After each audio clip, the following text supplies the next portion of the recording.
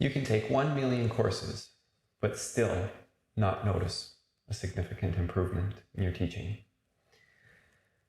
A large part of development as a teacher is subjective. Now, of course, it's very important to take courses in methodology. But after a certain point of time, so many courses in methodology will only stack up, and there's still one other part that also needs to be addressed. That's you. You as a teacher.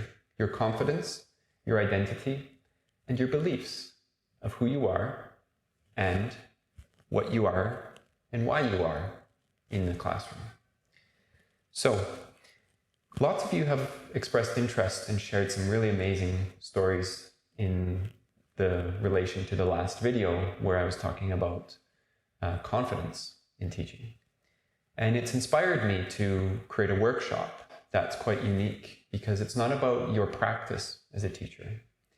It's actually about what you believe about your practice as a teacher and how you can make that progress in the classroom that you always wanted to make.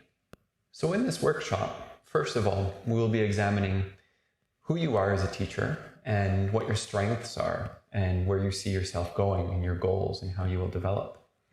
Then you'll go off and do a little project as a group. Next, we'll have another session.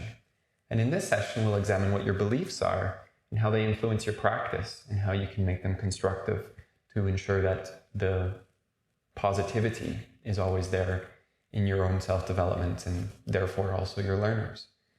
Then after that, there will be a follow-up coaching call with me one-on-one where we get to discuss the progress and your perception of how you've developed and what you'll be making your steps towards an improvement as a teacher.